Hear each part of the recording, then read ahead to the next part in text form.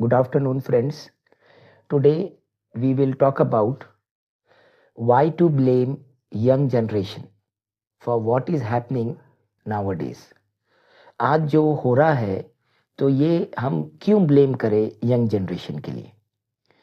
तो इसके भी हमारे पास अराउंड 3 वीडियोस रहेंगे। ये वीडियोस में हम यंग जनरेशन के कुछ पहले प्रॉब्लम्स की बात करेंगे, क्या प्रॉब्लम्स की वजह से यंग जनरेशन ऐसी हो गई है।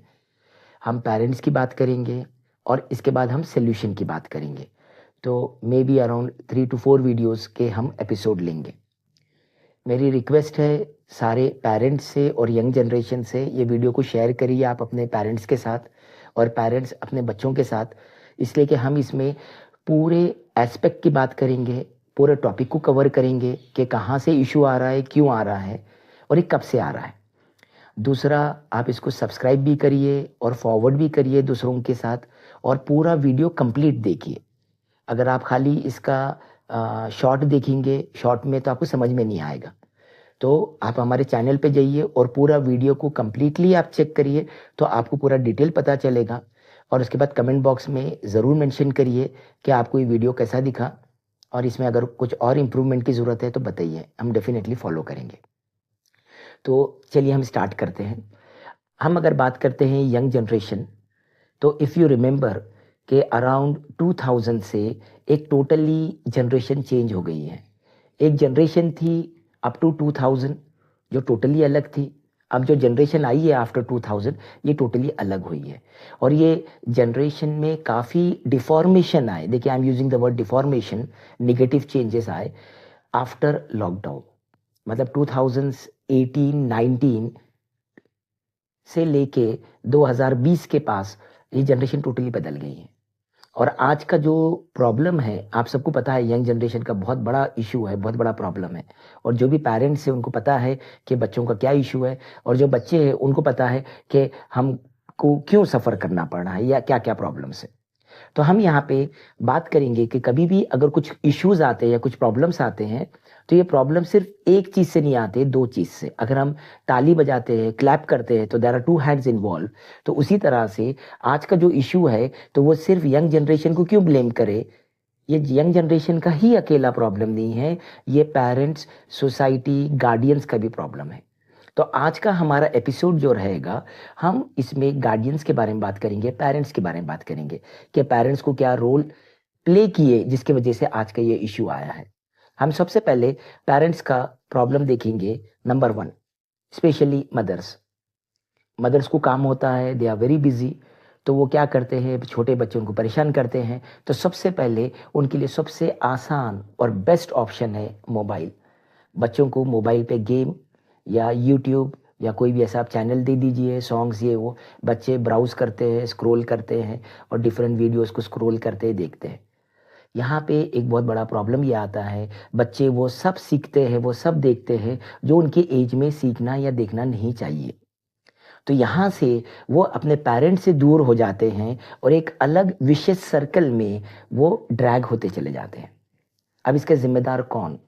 I will just put a question, हम इसका सोल्यूशन लास्ट वीडियो में देंगे। हम ये वीडियो में सिर्फ क्वेश्चंस देख रहे हैं कि क्या क्या इश्यूज है, ताकि पेरेंट्स भी रियलाइज करें कि हमारे से हुआ है क्या नहीं हुआ है।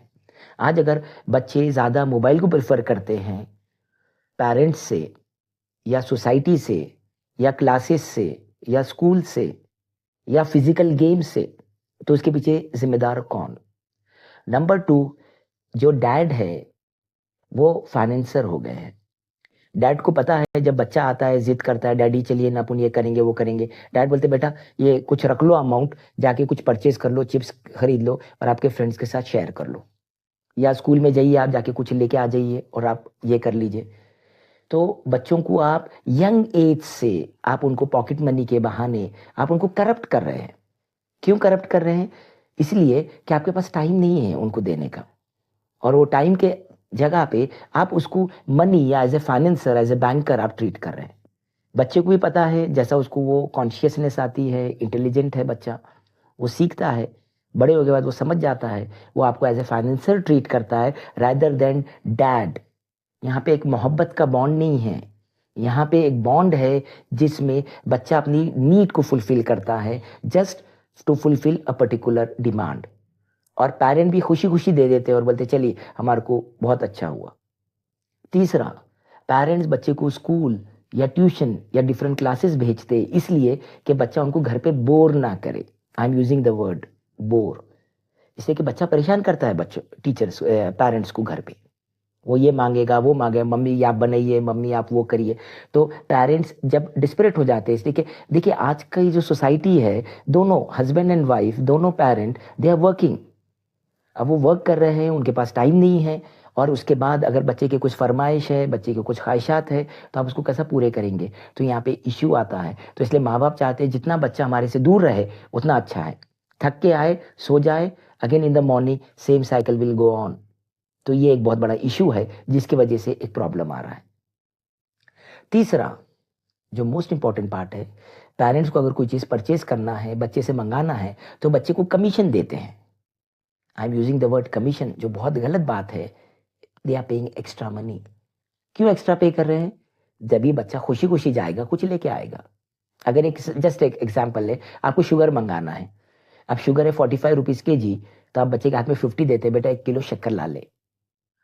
वो बच्चा 1 किलो शक्कर लाता है, वो 5 रुपए देता नहीं है, और आप 5 रुपए मांगते भी नहीं है। आप ये भी नहीं पूछते कि क्या कॉस्ट है, आपको पता है कॉस्ट क्या है, और आप बच्चे को जस्ट अ टिप बोल के दे रहे हैं। क्यों दे रहे हैं? इसलिए कि आप चाहते हैं कि बच्चा आपकी हर बात सुने और हर बात वो फुलफिल करे, जो भी आपकी नीड या डिमांड। इसलिए कि आपके पास टाइम नहीं है कि जाके लेके आए छोटे मोटे चीज़।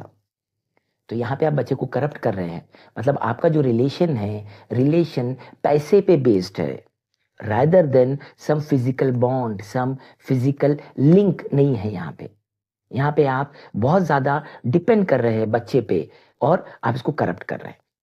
अच्छा, ये सब क्यों कर रहे हैं आप बच्चे को? अब कई बार ये होता है, टीचर्स कंप्लेन करते हैं कि भाई आपका बच्चा अच्छे से परफॉर्म नहीं कर रहा है, बच्चा बहुत झगड़े कर रहा है। तो पेरेंट्स ये नहीं करते हैं कि बच्चे को स्कोल्ड करे। वो पेरेंट बोलते हैं कि उसका जो फ्रेंड है वो बदमाश है, वो फ्रेंड है वो इसके साथ इस मिसबिहेव करता है, जिसकी वजह से वो इस तरह से बिहेव करता है। हमारा बच्चा तो बहुत अच्छा है, ऐसा कभी नहीं करता है। मेरे इतने एक्सपीरियंस में, अराउंड 20-25 ईयर्स ऑफ एक्सपीरियंस, मैंने कभी भी पेरेंट्स को नहीं देखा कि एक भी सिंगल पेरेंट बोले सर आपने बहुत अच्छा करे कि आप हमारे को कंप्लेन किए, और नेक्स्ट टाइम हम केयर लेंगे कि बच्चा ऐसा ना करे। वो बोलते हैं कि सर आपका इन्वायरमेंट जो है ना, सराउंडिंग, वो इन्वॉल्व है। क्या कर रहे हैं आप बच्चे को रियलिटी से दूर लेके जा रहे हैं। और क्यों दूर लेके जा रहे हैं? आप फ्यूचर से डर रहे हैं। अब फ्यूचर क्या है? Let me put the hard question. Future ये है कि आपको लगता है कि आज बच्चा हमारे पे डिपेंडेंट है, मगर कल हम बच्चे पे डिपेंड होंगे। हम बच्चे को अगर आज से एलियनेट कर दिए, again I am using the word alienate, अगर आप कर दिए तो बच्चा हमारे से दूर चला जाएगा, और जब हमारी ओल्ड एज होगी तो बच्चा हमारे को ओल्ड एज में डाल देगा। ओल्ड एज होम जो आज बहुत कॉमन है, और अच्छे अच्छे फैमिलीज में बच्चे पेरेंट्स को एक समझते हैं कि दे आर यूजलेस, और उनको ले जाके शो पीस बोल के ओल्ड एज होम में रख देते हैं। And once in a blue moon on Sundays और सैटरडेज पेरेंट्स के पास जाते हैं, खुश होते हैं, केक काटते हैं, एक दो स्नैप लेते हैं, वायरल करते हैं कि आज हम डैड से मिले, मॉम से मिले। इसलिए कि उनके पास बहाना होता है कि हम वर्किंग है, हम पेरेंट्स का केयर नहीं ले सकते। और वो कैसा लेंगे केयर? इसलिए कि पेरेंट्स ने उनके साथ वैसी रिलेशन रखी जैसा उन्होंने रिलेशन रखे। वो ओल्ड एज होम का पूरा रेंट है, जो भी है, एवरीथिंग दे पेड। और इस तरह से आपका जो रिलेशन है, this has become just physical तो नहीं बोलेंगे हम, कमर्शियल रिलेशन हो गया है। और यही रीजन है जिसके वजह से ये प्रॉब्लम आ रहा है। और लास्ट है lack of social interaction. Parents ना टीचर से बात करते हैं, ना वो देखते हैं कि उनके बच्चों के कौन कौन दोस्त हैं, और ना उनके दोस्तों के पेरेंट्स का रिलेशन होता है।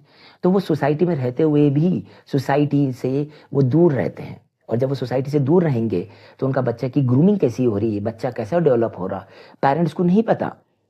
पेरेंट्स को ये भी नहीं पता कि बच्चे के कौन कौन दोस्त हैं। पेरेंट्स को ये भी नहीं पता कि वो बच्चों के जो दोस्त है वो कौन सी सोसाइटी को बिलोंग करते हैं, वो कौन से सेगमेंट को बिलोंग करते हैं। Are they from very cream of the society, are they belong to lower level of the society. उनके पेरेंट्स क्या करते हैं, उनके पेरेंट्स के क्या प्रोफेशन है।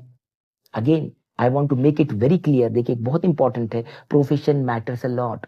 जैसे पेरेंट्स रहेंगे उनके बच्चे में वही प्रोफेशन के इफेक्ट आएंगे। अगर पेरेंट के प्रोफेशन अच्छे रहेंगे, एथिकल रहेंगे, तो बच्चे में वही एथिक्स आएंगे।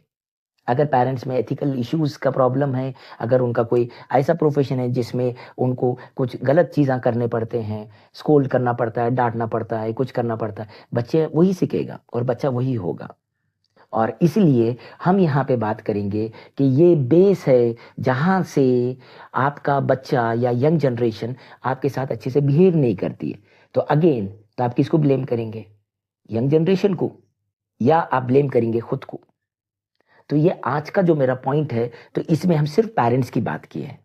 और लास्ट में कंक्लूजन में एक हदीस सुनाऊंगा। हुजूर सल्लल्लाहु अलैहि वसल्लम ने फरमाए कि क़यामत के टाइम पे हर माँ अपनी माँ को जनेगी, हर औरत अपनी माँ को जनेगी। यानी जो बच्चा होगा वो माँ रहेगी, और जो माँ रहेगी एक्चुअली वो बच्चा रहेगा। मतलब माँ हर बात सुनेगी बच्चे की, बच्चा नहीं सुनेगा, बच्चा कमांड करेगा, बच्चा डिक्टेट करेगा। और आज वही हो रहा कि बच्चे डिक्टेट कर रहे हैं पेरेंट्स को, और पेरेंट्स फॉलो कर रहे हैं, आउट ऑफ द वे जाके फॉलो कर रहे हैं, लोन लेके फॉलो कर रहे हैं। उनके पास इतना नहीं है तो भी वो वेंचर्स कर रहे हैं। किसके लिए? बच्चे को फुलफिल करने के लिए।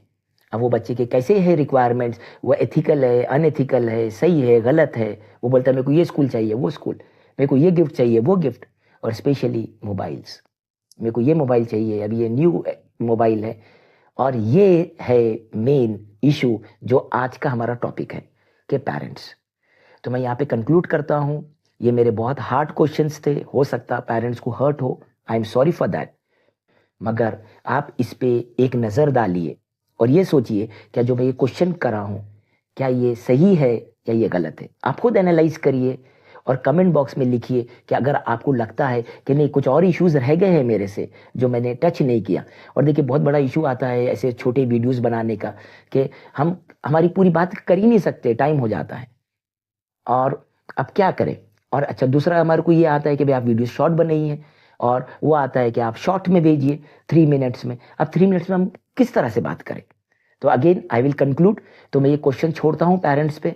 अब हमारा जो नेक्स्ट वीडियो रहेगा इंशाल्लाह, तो हम उस पे कवर करेंगे young generation point of view. जैसा अभी हमने एक क्लैप के, एक हाथ के बारे में, राइट हैंड बारे में बात की है, अब हम लेफ्ट हैंड के बारे में बात करेंगे कि वो भी क्यों जिम्मेदार है। Okay, bye.